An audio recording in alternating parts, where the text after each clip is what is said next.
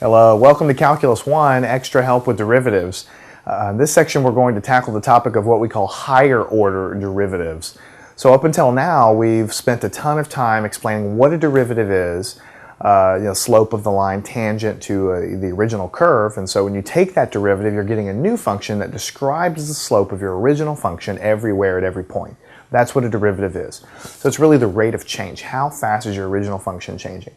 We went through a ton of different sections describing mostly different techniques to take derivatives, but they're just applying to different types of functions. So as your functions become more complicated, you have to know a little bit, some additional tools to be able to take those derivatives. And so that's what we've done up until now, right? We've done the chain rule, the product rule, the quotient rule, and all those other rules. This particular section is not really another rule of taking derivatives. It's more of a concept, right?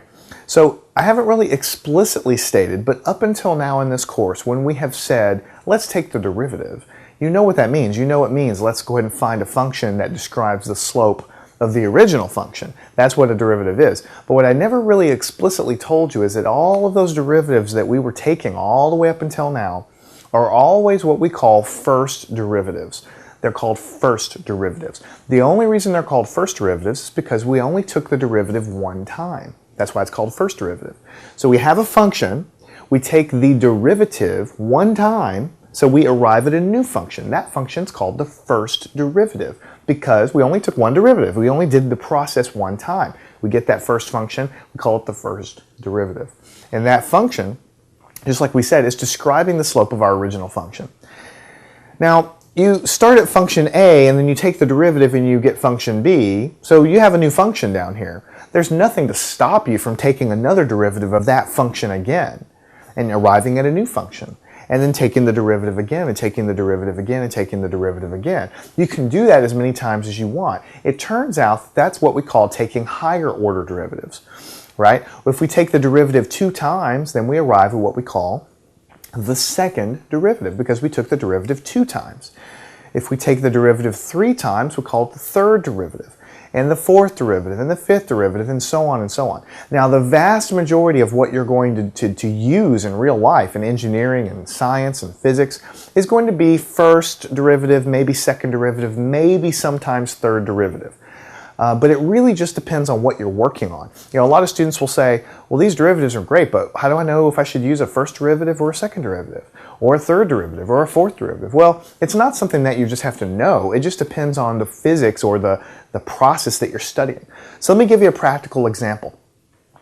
When you're driving down the road in a car, if you're standing on the side of the road measuring how that car is moving, you could easily create a graph that describes the position of that car. Like let's say we have a starting line here, and we're measuring the distance from the starting line that this car is going as he flies away from the starting line, as he goes forward, right?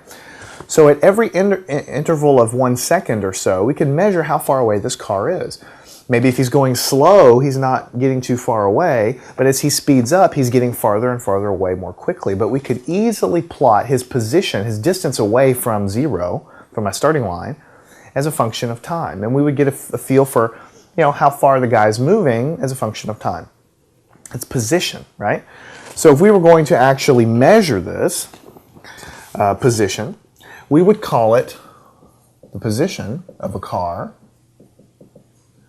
We usually call it x of t. So this is how you would see it written in a physics book, or even a calculus book, or most math books, because typically displacement or distance is measured as x, okay?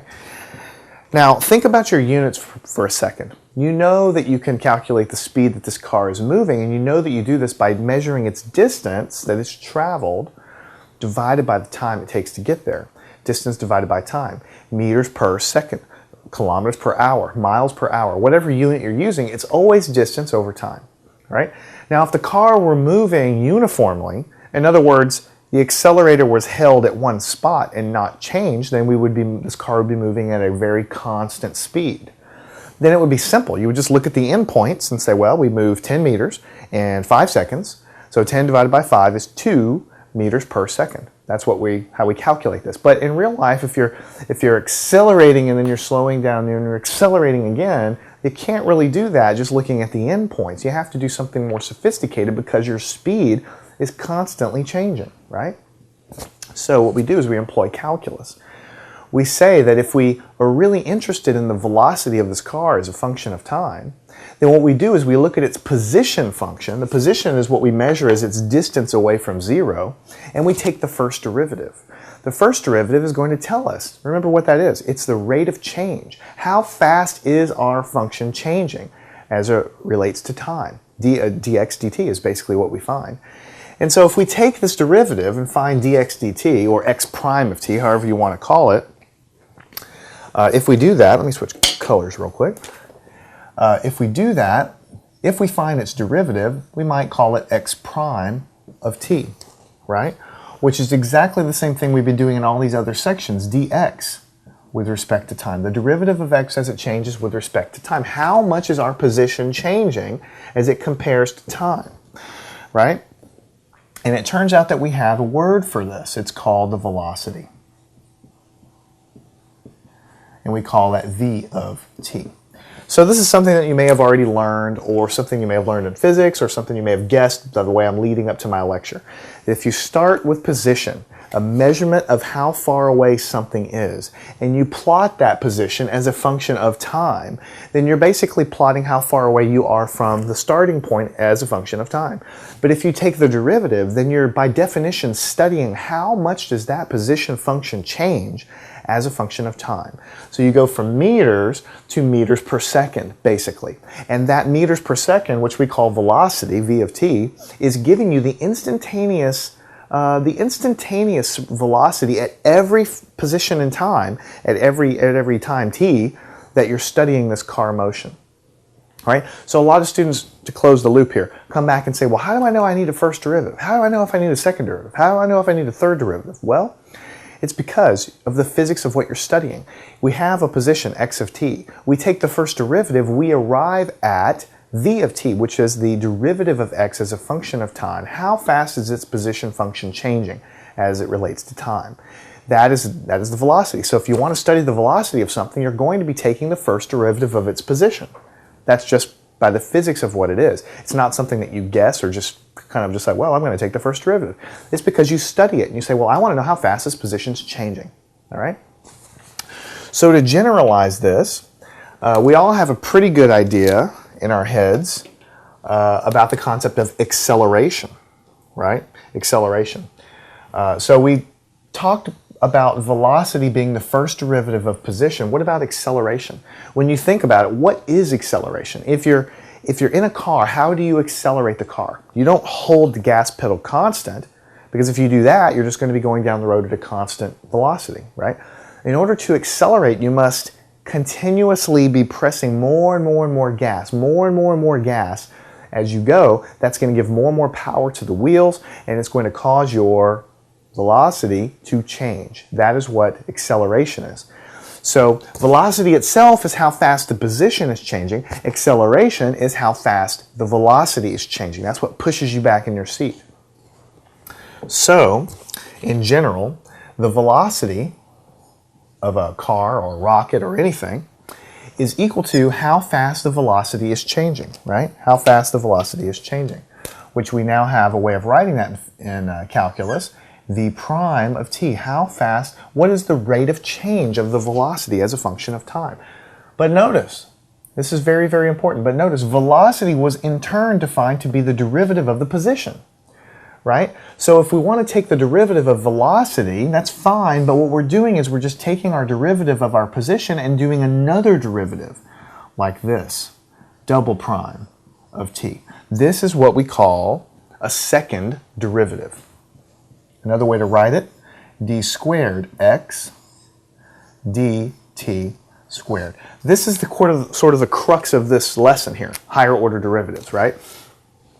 You haven't seen this before. This is what we call a second derivative.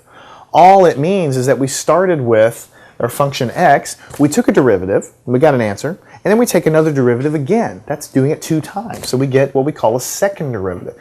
These are 2 different ways of writing exactly the same thing. This double prime means second derivative. These little 2's here mean second derivative. Now, don't get too wrapped up in how it's written. It's d squared x dt squared. You have to write it like this, but it's really just a notation thing. Why didn't they write it dx with the 2 on the end? Why didn't they write the 2 here? I mean, you could go look in history books and figure it out, but this is how we rewrite a second derivative in terms of this notation, the fractional notation like that. It's usually easier just to write it like this if you're going to just do shorthand on your paper, but a lot of times in books you will see it like this, so try to get used to seeing it this way, but it's exactly the same thing. So to summarize before we go on, if we have position, we take a first derivative, we arrive at velocity, right? So if we do that process again, we take a second derivative, that's going to be the same thing as the first derivative of the velocity, which is the same thing as the acceleration. So in terms of real life, you start out with position, you take a first derivative and you get velocity. You take the derivative of that velocity again and you get what we call acceleration. And since we've gone 2 levels down, it's the first derivative of the velocity, which is what I've written here, is exactly the same thing as the second derivative of the position function, because position's at the top. Take a derivative to get to velocity, take another derivative to get to acceleration. So the bottom line with these higher order derivatives is it depends on your physics. In this case, we're looking at, or your chemistry or whatever subject you're studying. In this case, we're looking at speeds and velocities and accelerations. Right? But you might be studying heat transfer later. You might be studying chemical reaction kinetics. And in your books and the studying of the principles in the course of your education, you'll be taught and learn how these things behave in terms of calculus. Is it a second derivative? Is it a first derivative? That's mostly going to be determined by experiments, right? And then it'll be modeled and presented to you in a textbook, and you'll just need to know how to use it. So in this section, what we're going to do is learn how to take these higher order derivatives and give you some practice. All right. One more thing I want to tell you before we go ahead and do all that practice is I just want to lay it on the line a little bit more clearly for you. All right. So if we have this x prime of t, this is what we've been writing the whole time. We call this a first derivative. And if we were going to write it in the other notation, we would be writing it dx dt, because that's how we've been writing it all along in this course. Now, if we're going to take a second derivative of this function x of t, we do a double prime. That's a valid way to write it. We call this a second derivative. And the way to write it in this fractional notation here, which you see a lot, is d squared x dt squared. Don't worry, these really aren't squared in the sense of algebra. It's just a notation to tell you that it's a second derivative. And just to bring it home, if you're going to take a third derivative for whatever reason, it's pretty unlikely, but occasionally you run into third derivatives, you would write it as a triple prime, right? And you would call this in words a third derivative, right? And you would write it d cubed x dt cubed. Now, I'm doing dx dt, but you might see dy dx, you might see dA dB, whatever, it doesn't matter. The letters don't matter. It's the notation I'm teaching you. And I'll do one more. If you're going to take a fourth derivative, which is incredibly rare, you could do 4 primes like this.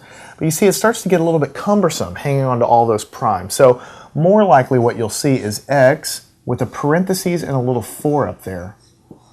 This means fourth derivative, right? The reason we put it in parentheses up there is just to let you know it's not raised to the 4th power, because it has nothing to do with raising anything to a 4th power. It's just telling you how many derivatives you're taking, right? So this will be a 4th derivative.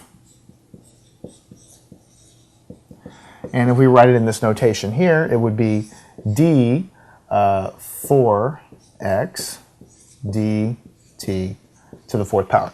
So first derivative, second derivative, third, fourth, fifth, sixth, seventh, whatever. When you start getting the higher and higher numbers, typically you'll drop the primes and you'll just put a number in parentheses up there. So if you see that on a test, you'll know that that means, oh, that's the 5th derivative, that's the 4th derivative, and so on. All right, so the bottom line is however many order of derivative you're trying to take, you just keep taking derivatives of your function. And to illustrate that, what if you had a function f of x, let's write x correctly, f of x is equal to 5x minus 3. Very simple, down-to-earth function to get started with. And our problem says find f double prime of x. And you need to know what that means. So you cannot go straight from here to double prime. You just can't. You have to go in order. So the first thing you do is take the first derivative. we look at this and we say, well, this is super simple. The derivative of this term is 5, and the derivative of this is 0. We've studied that, all the way from section number 1, so I don't really need to explain that. This is the first derivative.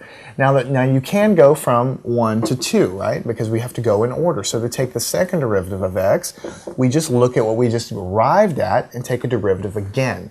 Derivative of this constant is 0. So the second derivative of this function is equal to 0, right? Very, very simple. I say it's very, very simple. It really depends on the functions that you have. It can be extremely complicated if you have a very complicated function. We'll get to some of those later. Let's take some baby steps here at first. F of x, negative 12x to the 5th plus 1/2 x to the 4th minus the square root 1 minus x. Now this looks like a bear, and it is a little bit more complicated. But it's not that bad. Now, one thing I always tell people to do is anytime you have these radicals like this, always write it as a fractional exponent. So what we have here is negative 12x to the 5th plus 1/2 x to the 4th minus this term. It's going to make it a lot easier here in a second. So what we do is, if we're trying to find the second derivative, so what we're trying to find is f prime of x, double prime of x, second derivative. So in order to do that, we have to find the first derivative, and then we have to do the process again to get the second derivative. So the first derivative, we just go term by term. This is a simple exponent here. So we do 5 times 12 is 60, so we have negative 60 x to the 4th, because we subtract 1 off of the exponent. All right. Over here, we do the same process, but we have a 1/2 out front. So what it ends up being is 4 times this. So what we have is 4/2. We can simplify that a little bit later, but we have 4/2 x to the third. It's exactly the same process. Now here's where we have to do a little bit of thinking. We change this radical over to this exponential because we have a minus sign. We take the 1/2 down, times everything in the inside, 1 minus x, subtract 1 off the exponent, giving me negative 1/2. But we don't have a nice function on the inside, so we're using the chain rule here. We do the outer function, we multiply by the derivative of the inside. Derivative of this is 0, derivative of this is negative 1. Right? And that's it. Well, that's not the answer, that's the first derivative. So let's simplify this a little bit. F prime of x is equal to negative 60x to the 4th power plus 4 divided by 2 is 2x cubed.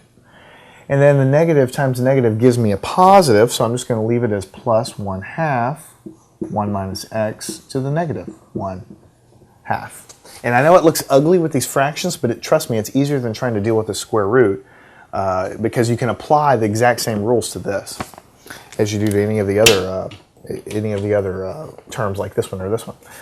Okay, so that is the first derivative. If the question were, take the first derivative of this function, then we would have the answer. But in order to keep going, we do the process again. F double prime of x, we simply look at this function and take the derivative one more time.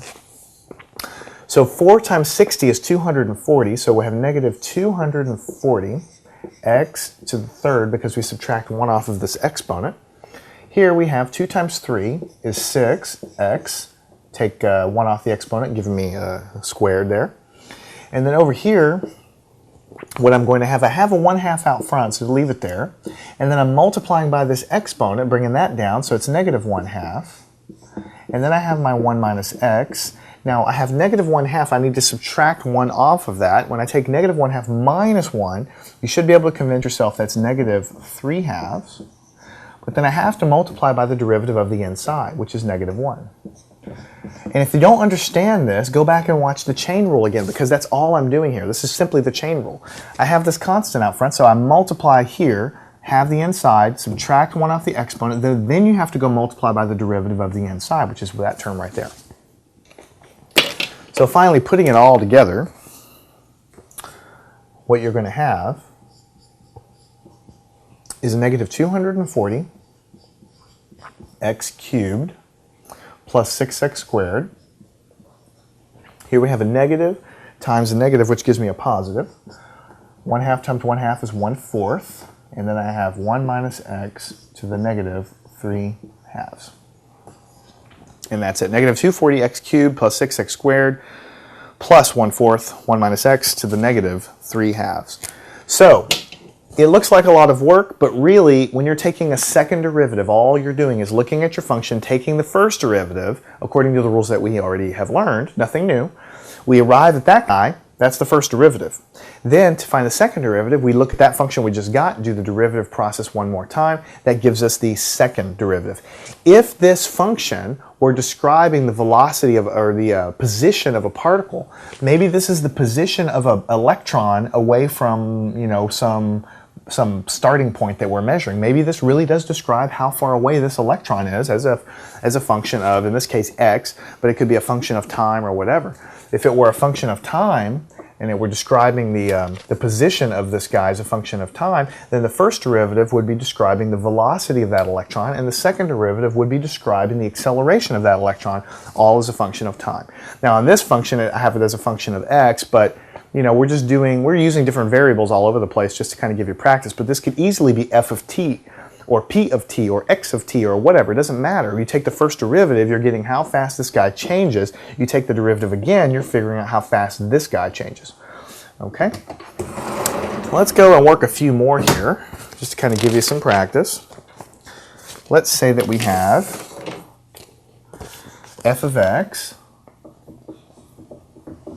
is equal to 2 over 1 minus 4x squared. All right? And what I want to find is f double prime of x, which is the second derivative. Well, the very first step that I always tell people to do, well, you don't have to do this. You could use the quotient rule. Bottom times the derivative of the top minus the top times the derivative of the bottom over the bottom squared. That works fine, but I find a lot of times it's just easier if I write it like this. 1 minus 4x to the negative 2. Because then I don't have to do top times derivative of bottom and then have the bottom squared, because then it's going to have an ugly term squared on the bottom, and then I have to do the whole process again for the second derivative. The quotient rule is wonderful, and sometimes you need to use it, but sometimes it's just easier to write it like this, and taking derivatives just get to be a little bit more simple. This is a great reason why it's good to learn from someone who's done this before, because a lot of times you'll just plow through a quotient rule and get lost. I mean, it's perfectly fine to do. You'll get the answer eventually. It's just a little bit more work. So if we take the first derivative, what are we going to have? Well, this 2 is a constant, so it sits out there. We have a function wrapped within another function, so we end up having to use the chain rule. So let's multiply by the negative 2, keep the inside the same, subtract 1 off the exponent, but then we're not done. We have to multiply by the derivative of the inside. So the derivative of this is 0. The derivative of this is negative 4. This is straight up chain rule, folks, just from the last section, so nothing new here. So to simplify this, f prime of x is equal to, we have 2 times 2 is 4, 4 times 4 is 16, negative times negative is positive, so I have positive 16, 1 minus 4x to the negative 3. I have 16, 1 minus 4x to the negative 3. This is the first derivative. If the problem said take the first derivative, I would be done. But of course, that's not the case, so I want to find the second derivative. All I do is I look back at the first derivative and do the process again. So I have a 16 out there, multiply by this exponent, negative 3, 1 minus 4x stays the same, negative 3 minus 1 is negative 4. But I'm not done. I have to multiply by the derivative of the inside. Derivative of this is 0, derivative of this is negative 4. All right? So f double prime equals 16 times 3 times 4 is 192. Negative times negative is positive. 192, 1 minus 4x, negative 4.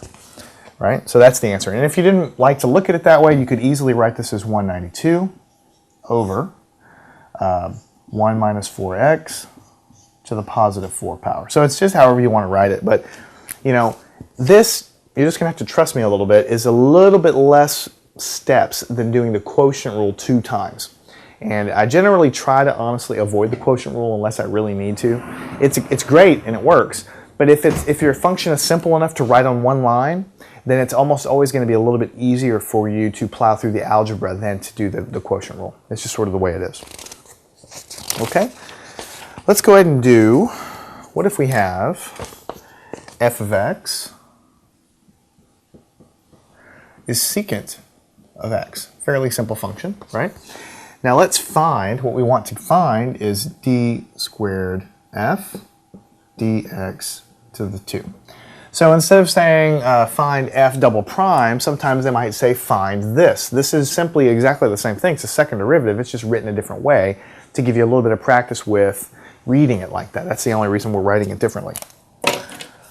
So let's find the first derivative. The first derivative, what is the derivative of secant? You should remember that the derivative of secant from your trig derivatives we talked about is tangent of x times the secant of x. So derivative of secant is tangent times secant. That's the first derivative. That was one line. You were done with the first derivative.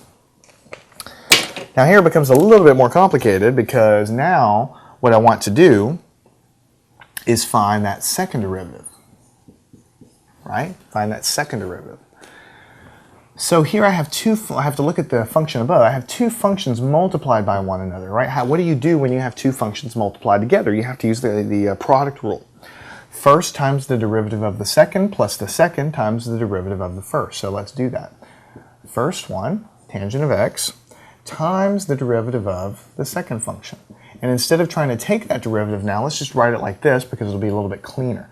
Plus the second function times the derivative of the first function. So that's what we have.